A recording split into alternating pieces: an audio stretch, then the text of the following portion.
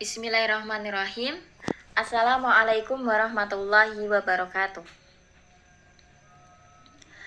Perkenalkan, nama saya Karisma Mada Eliana, mahasiswi kelas RPL Universitas Sultan Agung Semarang, dengan NIM 315024000226. Saya akan mempresentasikan filsafat pendidikan Islam dengan judul Ilmu dan Nilai dalam Filsafat Pendidikan Islam. Islam mencakup 3 hal: iman, ilmu, dan amal. Di dalam surat Al-Mujadalah ayat 11, Allah mengatakan, Allah akan mengangkat derajat orang-orang yang berilmu. Dan adapun orang-orang yang berilmu berbeda dengan orang-orang yang tidak berilmu. Dijelaskan di surat Az-Zumar ayat 9. Hamba yang takut kepada Allah ialah ulama, yaitu orang-orang yang berilmu. Dijelaskan di surat Al-Fatir ayat 28. Orang yang berilmu dan terus belajar disebut Robni. Dijelaskan di surat Ali Imran ayat 79. Adapun orang-orang yang melakukan ibadah tidak akan sah dan tidak akan diterima jika tidak disertai dengan ilmu. Di sini menjelaskan bahwasanya ilmu penting untuk kita bisa beriman dan kita bisa beramal. Hakikat kebenaran, sumber dan jenis ilmu pengetahuan. Teori kebenaran menurut filsafat ialah 1. Korespondensi, 2. Konsistensi, 3. Pragmatis, 4. Religius. Teori korespondensi, penyesuaian antara fakta dan situasi nyata. Kebenaran merupakan penyesuaian antara pernyataan dalam pemikiran dengan situasi lingkungannya. Teori konsistensi, mencari kebenaran berdasarkan konsistensi atau ketetapan antara ide-ide atau kesan-kesan tentang realita. Teori religius, yaitu kebenaran yang absolut, universal, dan mutlak. Dari keempat teori tadi, pada hakikatnya manusia hidup di dunia ini sebagai makhluk yang suka mencari kebenaran. Adapun sumber kebenaran, ilmu pengetahuan dilihat dari sumber asalnya, hanya satu, yakni Allah. Karena Allah lah yang telah menciptakan segala sesuatu termasuk pengetahuan.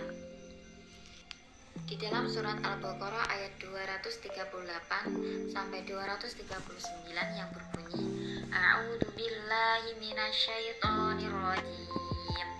Hafidhu 'alas sholati was sholatil wusta wa qumu lillahi qanitin. Fa in khiftum farijalan aw rukbana. Fa idza amintum fadhkurullaha kama 'allamakum ma lam takunu ta'lamun.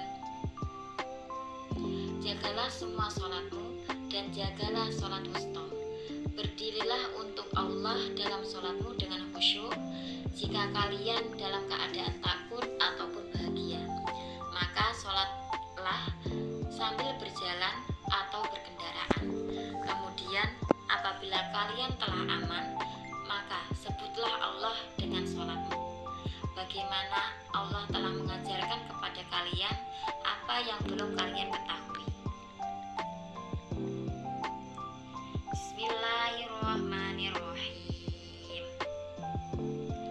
Ar-Rahman 'allamal Qur'an, khalaqal insan, 'allamahul bayan. Tuhan yang Maha Pemurah yang telah mengajarkan Al-Qur'an.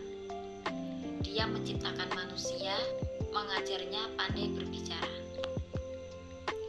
Surat Ar-Rahman 1-4. Surat Al-Alaq ayat 3-5. A'udzu billahi minasyaitonir rajim. Iqra wa rabbukal akram alladzi 'allama bil qalam 'allamal insana ma lam ya'lam, yang artinya bacalah dan Tuhanmulah yang maha pemurah yang mengajarkan manusia dengan perantara pena. Dia mengajarkan kepada manusia apa yang tidak diketahuinya. Ayat-ayat tersebut menunjukkan bahwa Allah sebagai sumber dari segala sumber pengetahuan.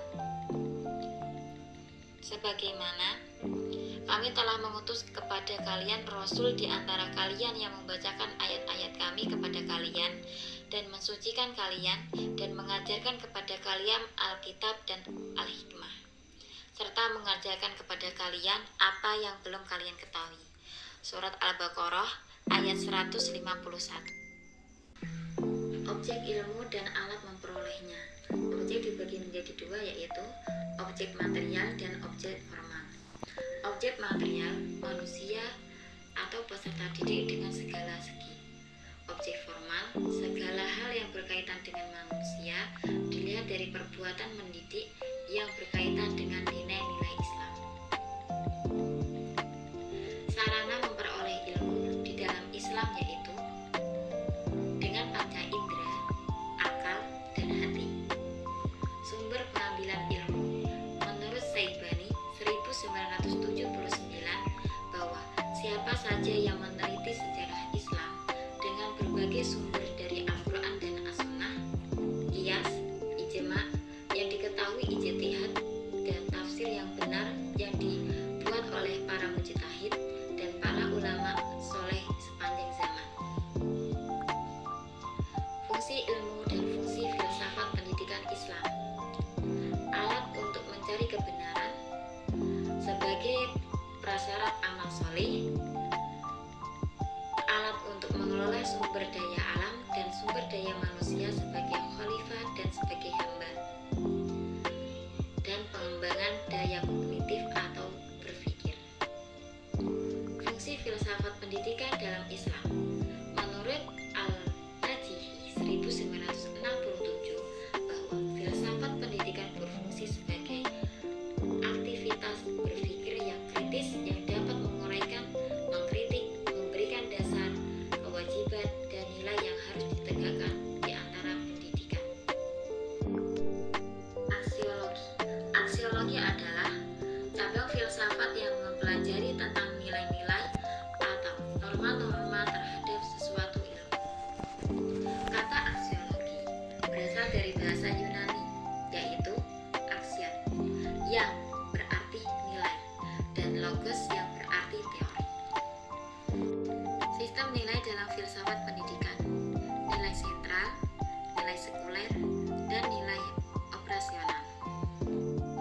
Nilai sentral adalah dalam filsafat pendidikan Islam, yaitu tauhid yang mencakup uluhiyah, rububiyah, dan asma wa sifat.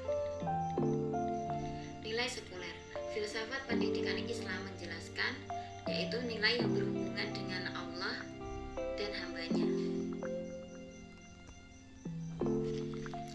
Yang terakhir, nilai operasional filsafat pendidikan Islam ialah diwujudkan dalam norma-norma tindakan sehari-hari dari nilai sekuler.